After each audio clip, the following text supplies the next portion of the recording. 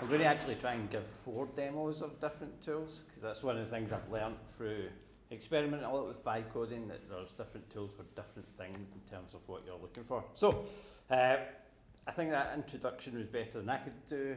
I run a small agency. Our motto is to help people and teams and companies realize their digital potential.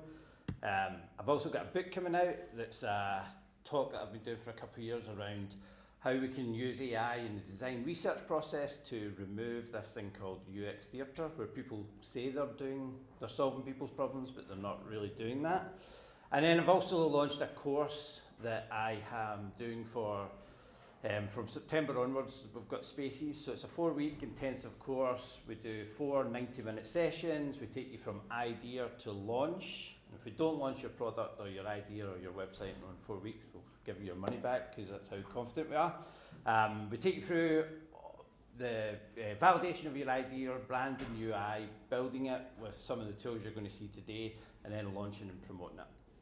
I'll add all these links to the slides afterwards, and you can kind of check them out. But let's go into this, because we've got so much to get through. Hands up who's vibe coded, or who knows what vibe coding is, or who's heard of it before. Mostly everyone. Good. I got into, AI came around at the perfect time for me running a small agency. It was just, the difference of having a team of 6 people that you could rely on and bring into projects, etc. And vibe coding was first introduced, and it's this way of thinking about how you can just start to describe things, and you could kind of like remove yourself from the code and actually just get working products out there. But since ChatGPT came out, I've been kind of using it to, code things. I used to be a software developer, then I kind of focused more the last 7 years on UX. But having AI assisted coding has really brought me back to loving coding again. And I think it's kind of like empowered me personally to start to kind of saying, get back into it. There's a moment where in the world of building websites and that I just felt as though things get overcomplicated, and it was like you'd have to have a day of setting things up and things wouldn't work, and you're like, this is not the point of my time. Now I get like a hit of dopamine when stuff just works, and if it doesn't work, you just ask it to fix it and it just works, and you're just like, that was awesome. I used to have to rely on other developers to kind of fix those kind of things, because I was more on the design side of things. So I feel empowered by it, and I feel it's brought the love back for coding.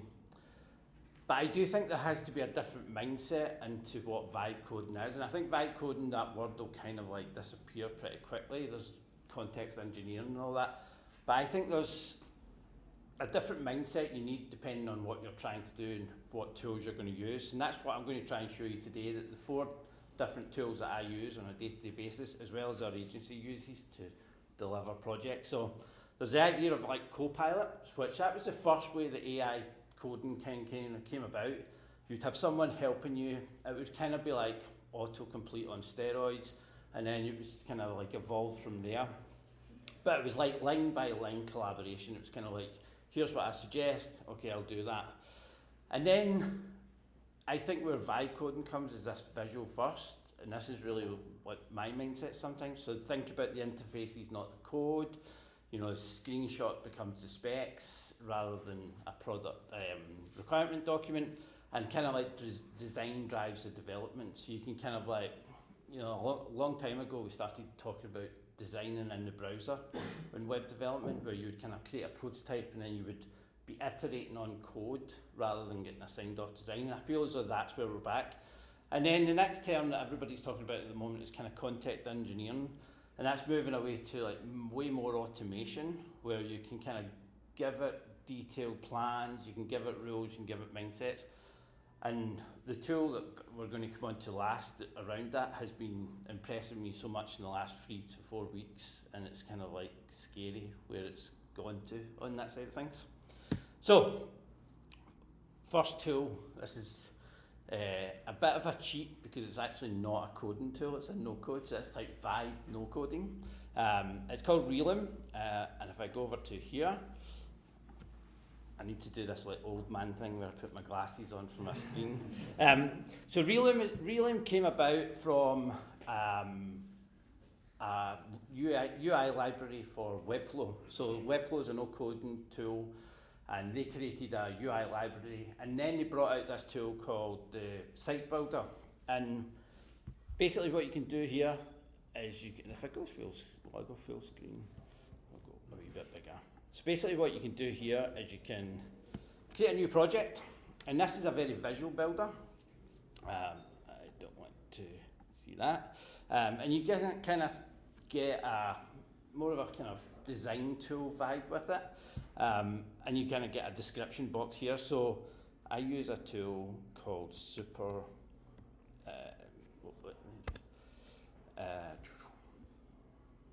let me just make this big. So I use a tool called Super Whisper, which is just voice to text. I kind of use it probably 30% of the time. I still type, it kind of goes back and forth, but I can use it for here. It translates my Scottish accent very well into normal words, so I'm kind of happy with it. So the idea here is you come on, you've got an idea for a website or a project. I thought about one this morning where we could just go, okay, we have a new company that is for immigration. It's for people that are immigrating to Canada. They're immigrating with a company, so it's high-end people. We're like a luxury immigration company. We offer services like finding accommodation, language schools, help with lawyers. We also find daycares and schools. Again, we're a high-end organisation, and we work directly with people immigrating or companies like Google, Meta, Facebook, etc. So that's my kind of prompt. You can choose how many pages you want to do. Let's just do 5 pages for speed.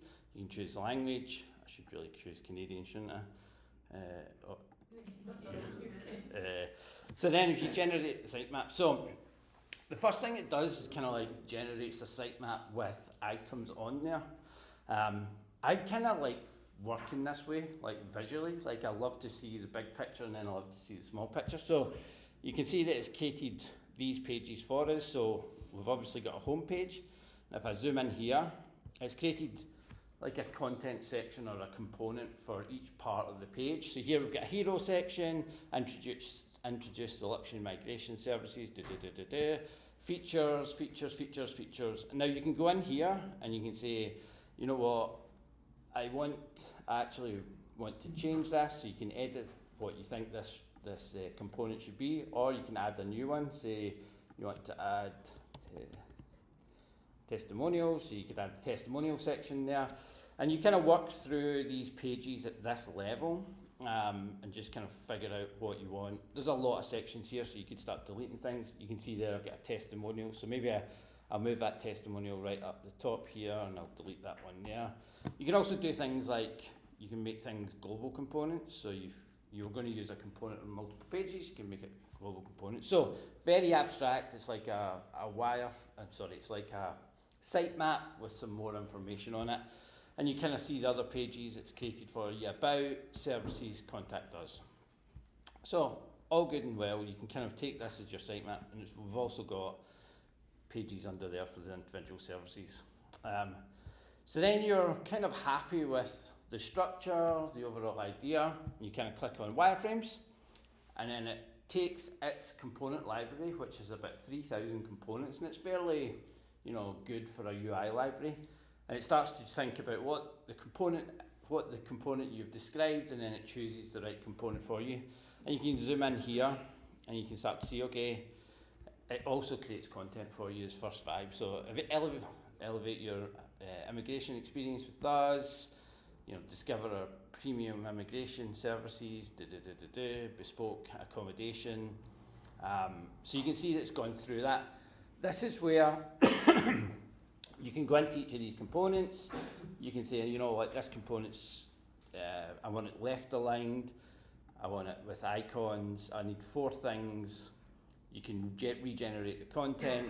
You can even change the prompt, so it kind of creates a prompt for each component after you create that initial prompt. So then you can go in and kind of like hone in on it. You can do simple things like, you know, changing buttons, deleting certain things, or you can kind of click on text and you can make this better. My most said thing to AI. So you can kind of go in at this stage and change things, and you get an overall landscape of all of the pages. Again, if you've got things that are global components, you change it once, you change it everywhere. So you can see how very quickly we've got from like idea, basic sitemaps, now to kind of wireframes. My number one tip, if you're ever going to use this, is spend a lot of time in here.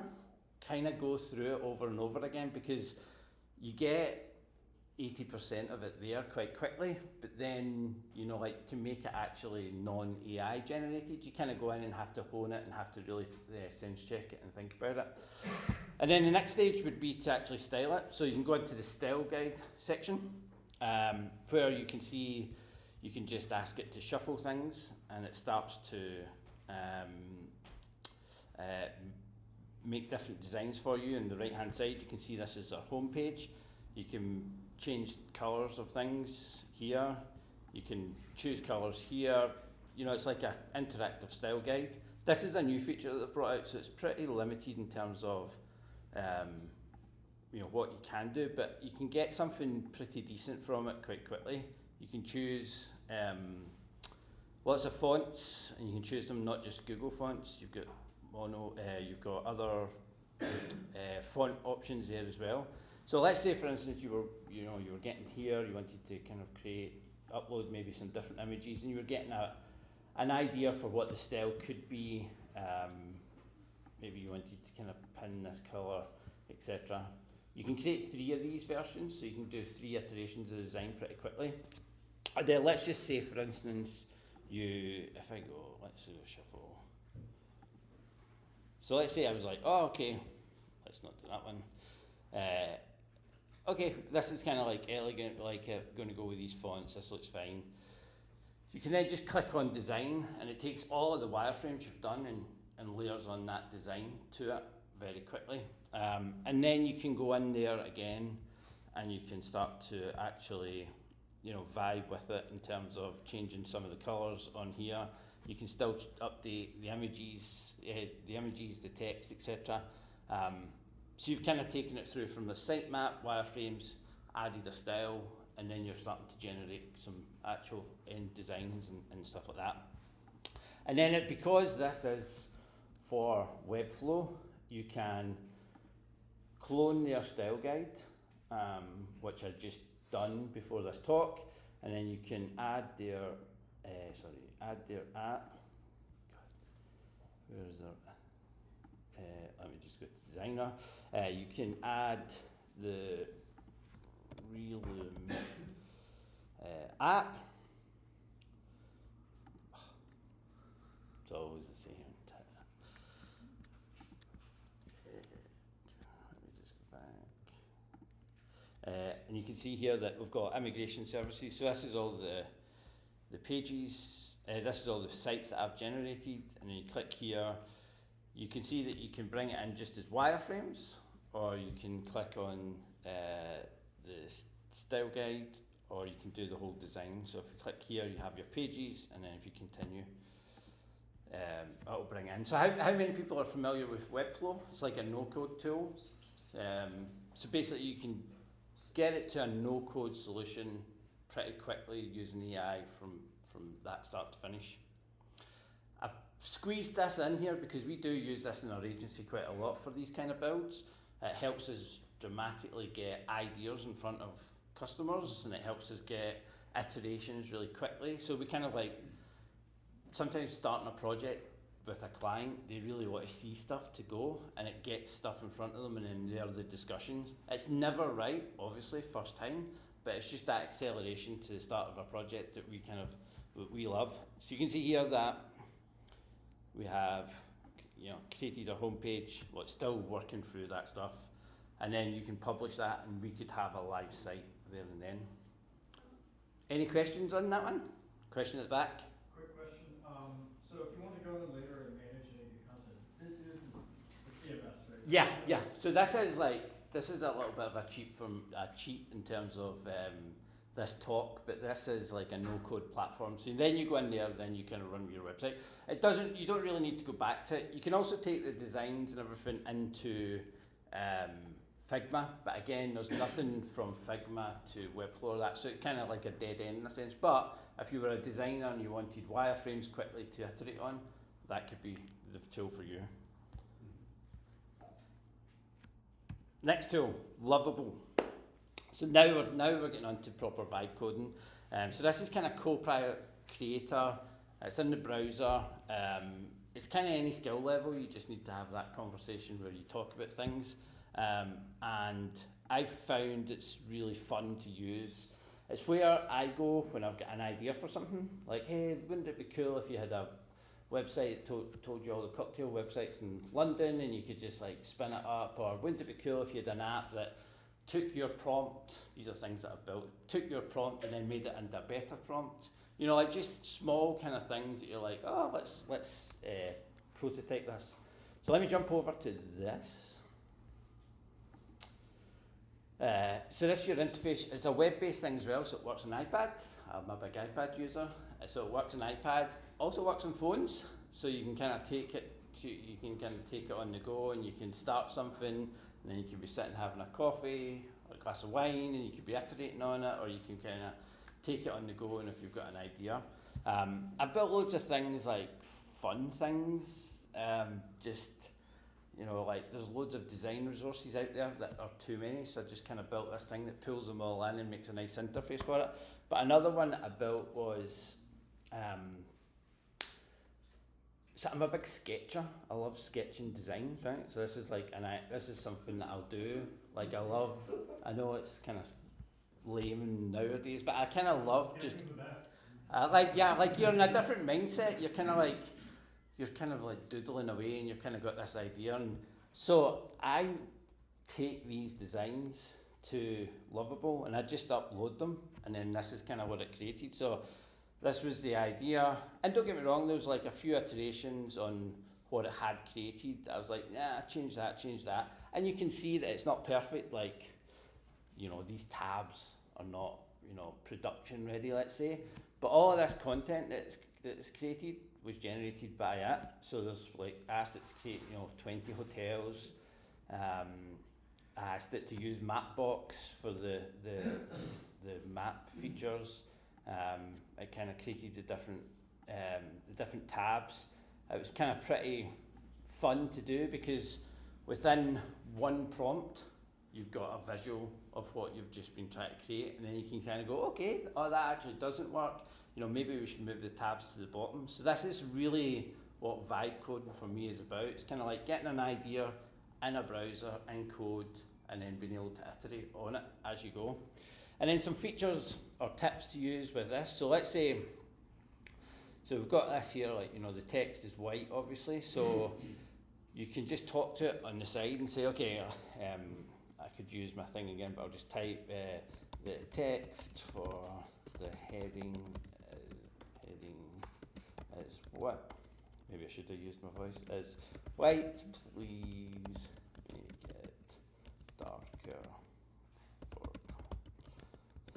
And then it'll have a think. The good thing about this, what I feel, is like you can see it working. So you can see that it starts changing things. Like there, you know, like it's not a big reload. You can see that it kind of it makes a difference there. And then there's another feature that I've started to use a lot where you kind of actually chat to it. You can say, okay, this is looking good. Now we need a new page to promote the app and list out all the features. So now because I'm chatting to it, it's not going to do anything on the right hand side. It's just kind of like, maybe we're bouncing ideas of that. But what I find it does is it actually comes up with a plan. And it says, okay, you need a landing page. Here's what I'm going to do. It kind of reads some of the code, has a look at what it's got there. And then it's kind of creating a page structure. So you can see it's got like features, so it's kind of describing what it's going to build for you before it does it. And then you've got this button that you can implement a plan. You can chat further with it and go, no, I don't like this plan, change this to this.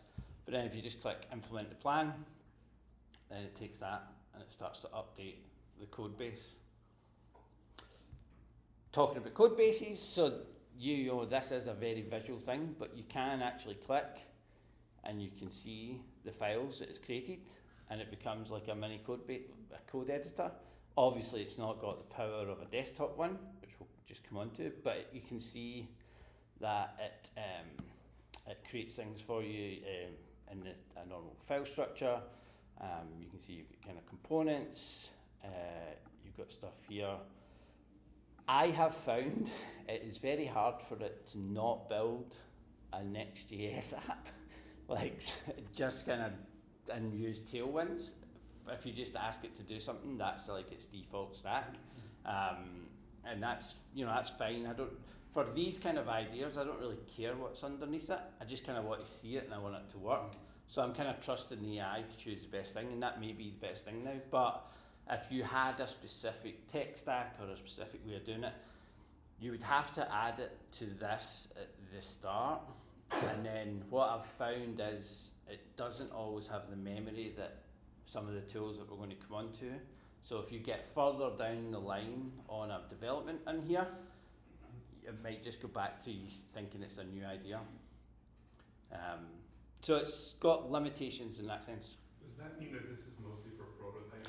I would say so. I don't think anything could come out of here production ready.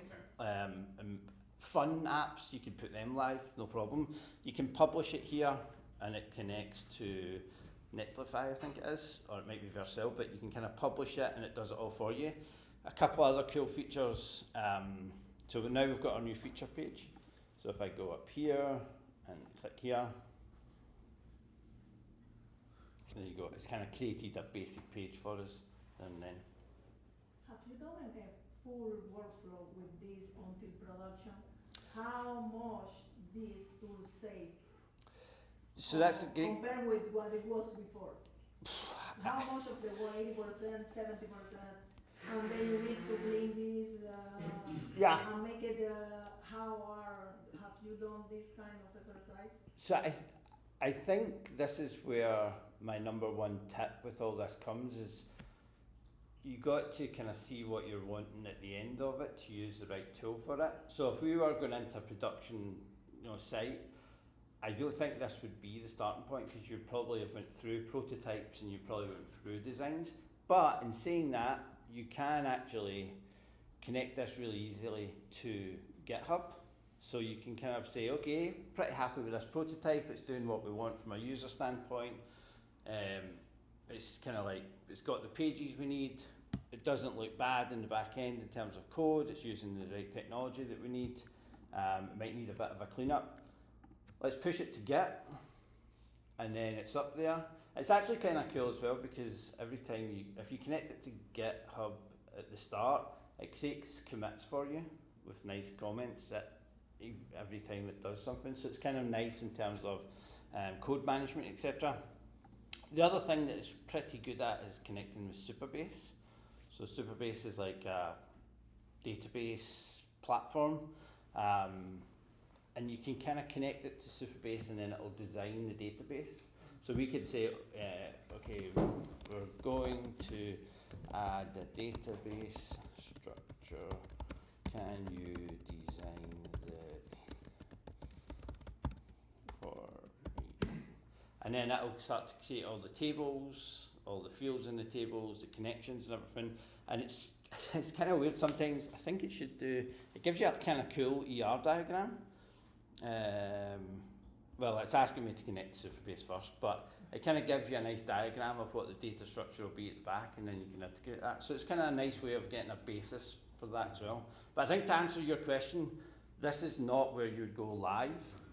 This is where you would kind of like iterate with your users, you would kind of throw ideas about. Having been in the UX world for a long time, there's a lack of testing early with users to get an idea of what's working, what's not working. So I think that's where these tools can really help. Any more questions on Livable? Let me just check. I've got a little list of things I wanted to make sure I checked. Yep, I think I've covered everything I wanted to kind of say that I liked about this. Has anybody ever used this tool? Yep. And results, good, bad, indifferent? The same where it's like really for that prototyping phase. Yeah. And like getting the discussion, I think is like the most valuable thing out Yeah. of both this VO, Reloom. Yeah. Definitely. I did a couple of things, like you can do some nice design things where you can go like, change the design to be more Swiss based, right? I'm going to ruin my app now, but it kind of like, it's fun to see what it thinks of as like Swiss design, or like if you change it to like make it more classical looking, and it kind of changes everything in one go for you. It might take too long to show you, but okay, let's go to the next tool, which is Windsurf. Who uses Windsurf? Okay, who uses Cursor? Okay, okay. I used Cursor at the start. I just couldn't handle the UI. So these are both editors that are just forks of VS Code, right? And now they're $3 billion companies, which is effing mental. So if I go over to Windsurf, so it's let me make this a bit bigger. Is that legible? So it's a text editor. It's a code editor. It's got all the things. So if I let's open Cityscape Navigator, which was that app that we're working on there.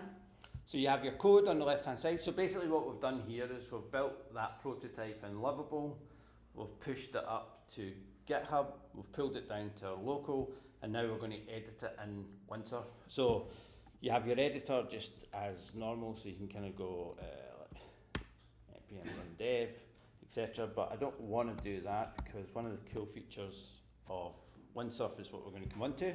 So normal text normal IDE, but on the right hand side here you have a thing called Cascade, and Cascade is their AI coding tool that comes along with you. So on this right hand side here is your AI coder. It's kind of, I guess it's like a pair programmer in a sense, where you're kind of working with somebody, but we can do quite a lot of things here. You've got the same write and chat mode. It's kind of funny, having used these tools over the course of their development, you can see that frustrations that we had 1 week, there'd be a fix for it. So one of the frustrations was like, it would write code when you didn't want it to write code, because you'd be like, whoa, stop, and just try to chat with you. So added kind of chat mode. Another thing that was, you could go into a spiral here, where you ask it to do something. Let's say you ask it to kind of like change the database structure of something. It would try something first, and if it didn't do it first time, it'd go, I've got another idea. And before you know it, it'd be like changing things. You'd be like, whoa, why are you in there? Why are you in that file? So it kind of came out with another tool called planning mode. So you can click here, and basically planning mode would be, it'll make a plan for you, similar to what you just did there.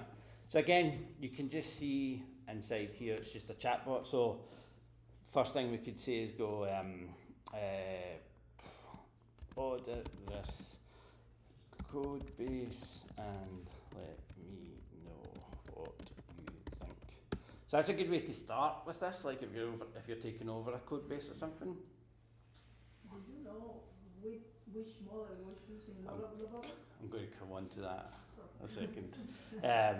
So you can see that it's kind of making a plan, and then you have these options for just accepting, where it's like option enter. So you now, basically what that's doing is that's creating the code for you, or creating the file for you, writing it, and then saying, hey, are you happy with this? So this is where it's kind of like back and forth. This is where the human in the loop is,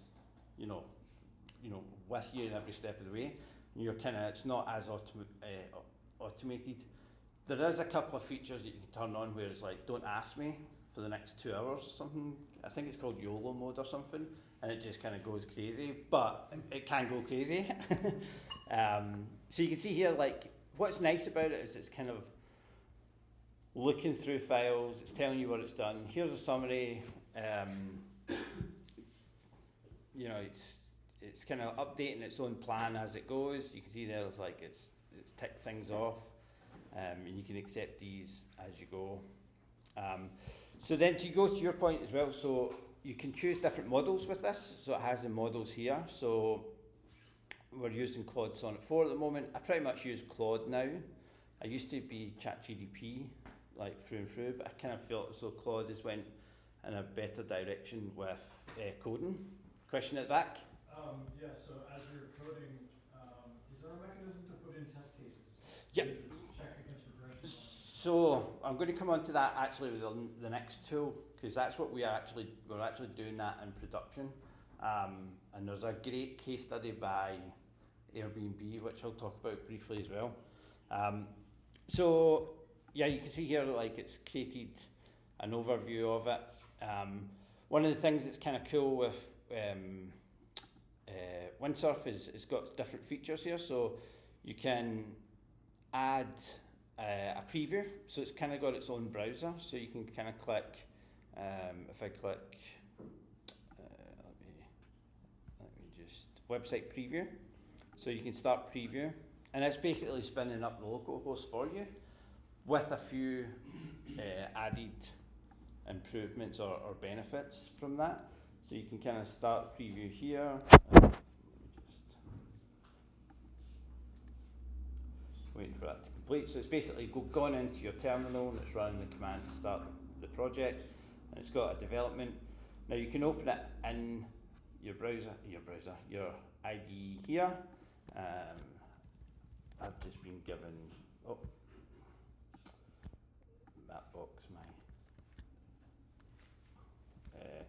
or you can open it in the Windsurf browser, right? So if you open it in the Windsurf browser, it's just a Chromium version of it. But the benefits of doing that is you can actually kind of select elements. You can say, hey, and you click on that, and then if I go back to Windsurf, it's got that element in here, and you can say, I think the borders on this button or tab are a little off. Can you redesign them? So you're kind of like adding elements. You're sending elements to the chat, which is kind of cool if you're kind of getting into the finer details of things and you're wanting it to update. And you can see here, it's like analysing the sidebar, going through here to edit the sidebar. And at any time you can just click here and you can kind of see what's new and what it's doing as well. You know, I think I'm not a great programmer anymore, but I think it helps you when you're getting back into things to see the way in which it's doing things, where it's navigating file bases and updating things. So then you can see here, you can just accept all, and then if we go back here, okay, so it's broke it. Well, maybe, I don't know. But you can kind of get the idea for how that works. Another big feature of this is MCPs. So MCPs is a thing that Anthropic came up with probably about 3 or 4 months ago, and it seems to just have been adopted. It's pretty phenomenal. So there's a few different ways people explain them. Some people say, oh, it's like a USB, the way that a USB works with your computer. I like to think about it as like, it's kind of like making it really fuzzy with an API that it just works, right? So you imagine you've got a service, it could be Slack, it could be your email, it could be the weather, it could be anything, and it's got an API that basically gives someone direction how to get things out of it. And if you know with an API you have to go, okay, get this, it has to be syntax right and all that. An MCP server kind of basically blurs that, in my opinion, and just makes it really easy to use and work. So you can just go add MCP server, and it could be any service out there. Let's say it is Slack, for instance. You could say, okay, give me the discussions that were on this ticket, or it could be Jira or something like that, and you can kind of give context to your AI coder from any service that's out there. So it's pretty impressive, and we're going to kind of like look at an actual version of the Figma MCP in the next thing. Any questions about this? Good, okay. I feel as though that's a good sign. So the next thing is Claude Code. Anybody been using Claude Code yet? Right, how phenomenal, how scary is it?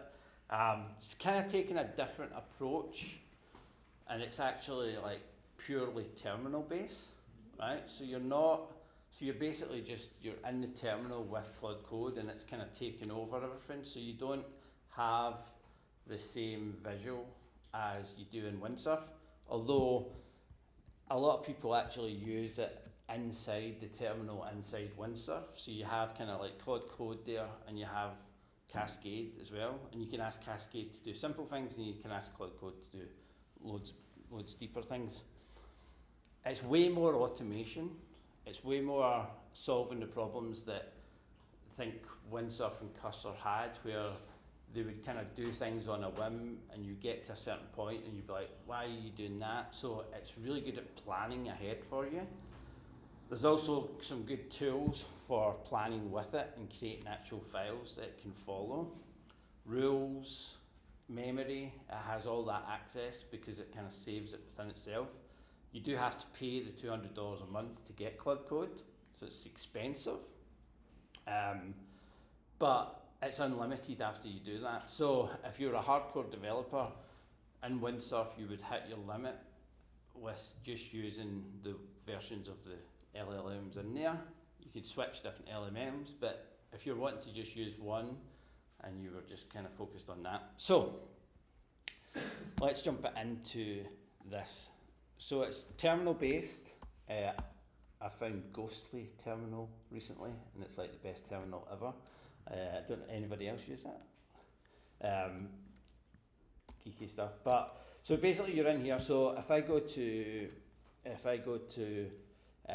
our Cityscape Navigator, so that was the project that we're working on. So we've worked on it in Livable, and then if I just go Claude Code, you're now inside Claude Code, and you can go, let's proceed. So out of the box, you have certain things you can do. So you can kind of hit / and it gives you some things that are built into it. You can add your own / commands to it through a really easy folder structure, which I'll show you how we do. And it's got some things here. The first thing I always do is just initiate a Claude markdown file. So basically what that's doing is what we kind of did in Windsurf, where it's just analysing the code, understanding it, and it's writing a document for its own memory so that it can kind of come back to it. So you can see here that, you know, it's exploring the project structure, identifying key directories, and creating the Claude markdown file so that it can come back here. This, I think, is where it can become production ready, right? The way that Claude plans things out, and the way that it kind of fixes its own faults, and the way that it tests itself, this, I feel, is like the moment that you could be kind of giving it a really strong product requirement document, really strong designs, direction, memory, and then kind of getting it to work to get it to a level where it could be production ready.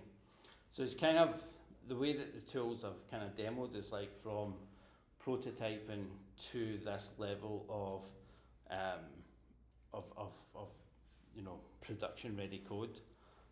Doesn't mean to say that there wouldn't always be someone kind of overseeing it and thinking about, you know, what the end code is and testing it. But we'll come on to a couple of little things that I've been able to do with it that makes it quite impressive in terms of QA in itself. So you see there that it's kind of like went through these processes, and it's created its own Claude memory file.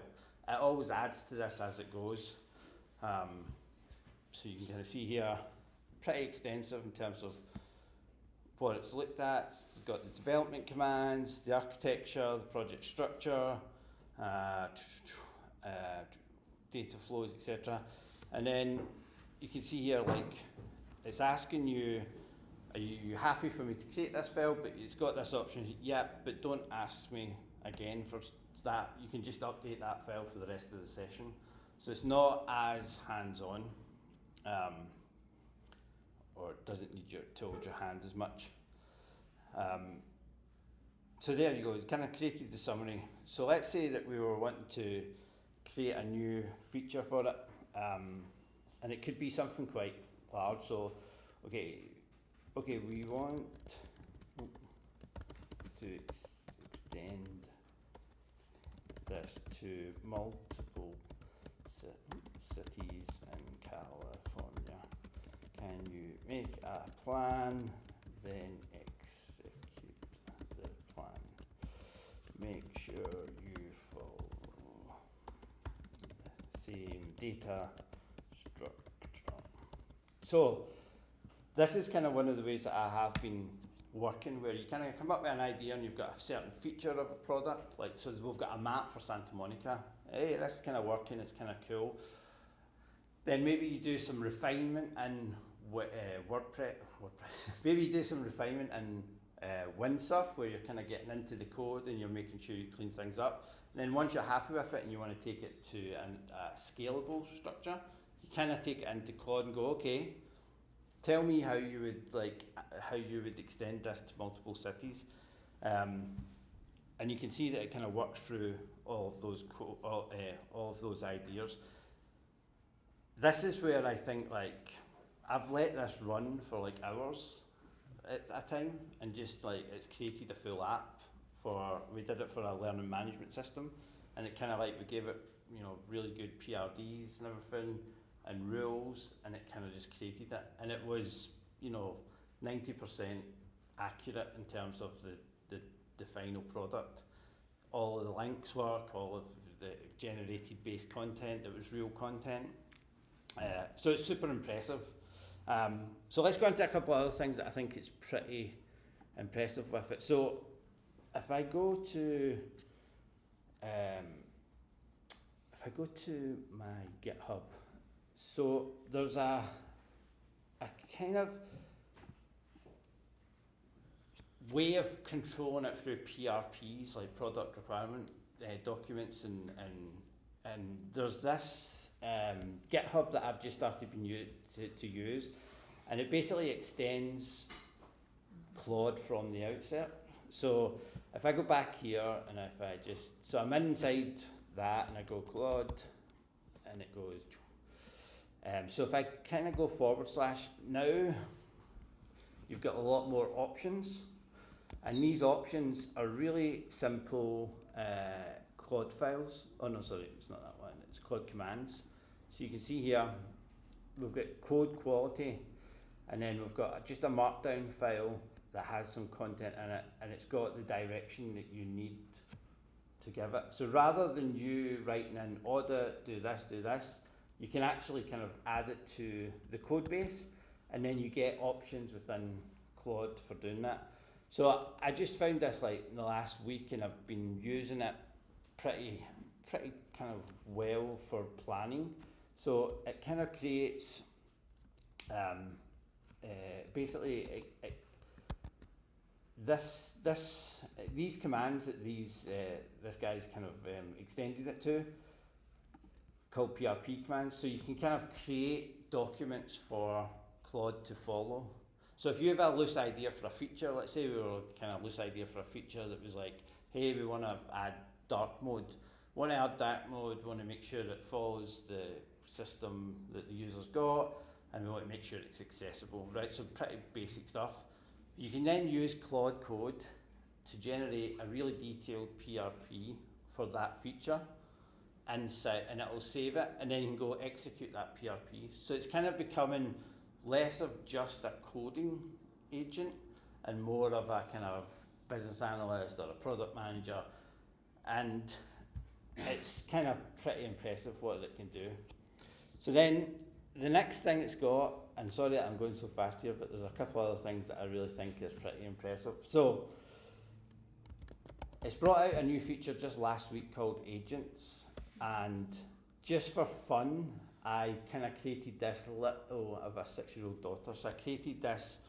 I want to create a website that has all the artists on it through history, and it's geared towards her, and it has activities. So normally what I would have done maybe a couple of weeks ago is I'd have went to Claude and I'd maybe have generated a couple of like templates, and then maybe I would have took these templates into make.com and kind of like generate. But I thought I'll just do it with Claude Code and agents. So if I look here, so this is all the agents that I created in this project. Right? So like a character dialogue writer, a technical QA tester. And the way that you kind of create an agent is you just hit create agent. So you can either have it for this project, or you can have it for all of your projects. So if you create it for this project, so let's just say we wanted to generate it with Claude. We want to have a translator for translating into Spanish. That's all I need to kind of write to create that agent. And then Claude will create the actual agent in its code base, and it will give you a suggestion for what that should be. And then you have that agent to call on at any time. So if you're in Claude developing something, you could just go translate this page, and it'll go to it's. Do you know, like when you're in ChatGPT or Claude and you say act as a translator or act as a such and such? This is what you have. So you can also have, you can choose that it gets all tools, you can choose that it reads only, so just choose that. And then you can also choose the model that you want it to use, and then you can kind of choose a nice colour. So then that creates the agent. So the name of the agent is Spanish translator, it's all tools. With this agent you need to translate content, and then you've got that agent now. So let's see the kind of agents working. So the output of this is, if I kind of like help you think about what this is. So the output for one of the outputs was so get an art researcher, research an artist, and then create a document. So these are all the artists I gave it in one file, and it did it all in one go. So you can kind of see that you've got like, you know, cave paintings, Jackson Pollock. I'm not sure I'd like to have him. So you've got those, but there's like 4 agents that were created there. So if we can go, okay, we want to add a new artist. Let me see, Damien Hirst. Can you run our process for research using our agents? And I think this is a pretty trivial, weird kind of demo of this. But what it does is it kind of knows which agents do what, and then it will call on. So here's so it's going to use the art historian researcher to research it. Then it's going to use visual director to kind of think what visuals we're going to use with that one. And all of these agents have different tasks and things to do. So then you can see that it's kind of creating the art historian, right? And then it passes it on to the next one. So I'm not touching this, it just knows that it's doing the job of that agent, and then it knows when to pass over to another agent, and then it knows when to pass over to another agent. Now, like, a storybook for a kid on art is kind of one method of this, but I think what Airbnb have just published, that they did they changed their testing library from Jest to React Native testing or something, or React, and they basically just ran it through agents, and it took them 3 weeks, and I think it was like estimated to take 1.5 years with programmers. And they were very honest with it. They were like, we just did it with brute force. They were like, they would run the code to change the code, and then they would test it, and if it didn't work they would just run it again, and they would just run it again. And he said like 60% of it was done first time, then 80% was done second time, and then it got to the last ones that were maybe a little bit harder. But it was kind of this eye-opening kind of like approach to what I think enterprise level development could be, where you have like really well defined agents, you have really well, infrastructure, etc. You have check-ins, where humans can't come in with it, but then it just like, debugs technical debt, it checks bugs every week, it kind of fixes itself, it updates security, and they kind of just work in unison together, and there's pretty much hardly any kind of human in the loop as well. What else did I want to talk about? Yeah, there's one last thing I think is pretty... Oh no, actually I'll show you, because I'm sure we've got some designers in here. So MCPs to connect to Figma. So there's an MCP Figma connection, so Figma design program. So here we've got a Figma file that has got a project that we're kind of like halfway through. It's designed, it's for a surf travel agent. So I've connected this to Claude. I've connected the Figma MCP to Claude. So now if I open Claude for this project and I say, let me just connect, let me just explain how this kind of works, because it is a little bit weird. So if I'm now in here, so I've already set up Figma to be able to talk to Claude Code through their MCP, and now I can say, okay, can you tell me the file, the node I am on in Figma, alright? So now, yes, and don't ask me again. So now Claude has went, okay, they're asking me to use Figma, I've got an MCP, I'll try that, I'm going to get the code, so it's actually calling kind of like the API to go to Figma. So that seeded because, so then it gets image. So these are different calls you can see. So you're currently on a section of Figma designed for Explorer packages. So if I go back to Figma, you can see that I was on the destinations. So what we did with this project was we kind of created a file. We copied all the links for Figma. We set up the MCP and then we put them into a document, and we said, okay, just build what you see. Go through each of these and build what you see. It kind of did it. If I show you, let me just, maybe I'll spin out of this exit and I'll show you what it did. No.